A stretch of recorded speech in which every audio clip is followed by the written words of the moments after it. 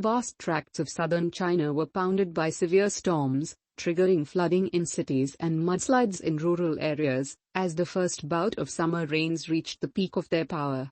Streets turned to swollen rivers as cars and single-story houses were swept away in at least 2 counties in southwestern China. The rainfall in some areas has been the heaviest in 60 years. In neighboring autonomous region Guangxi, 5 villagers were killed when a house built of wood gave way after being lashed by torrential rains, state media said.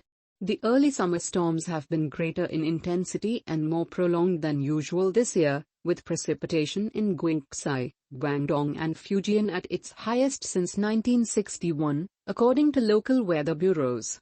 China is historically prone to summer flooding, but in recent times, it has become more vulnerable due to deforestation, reclamation of wetlands and storage of water for power generation and irrigation.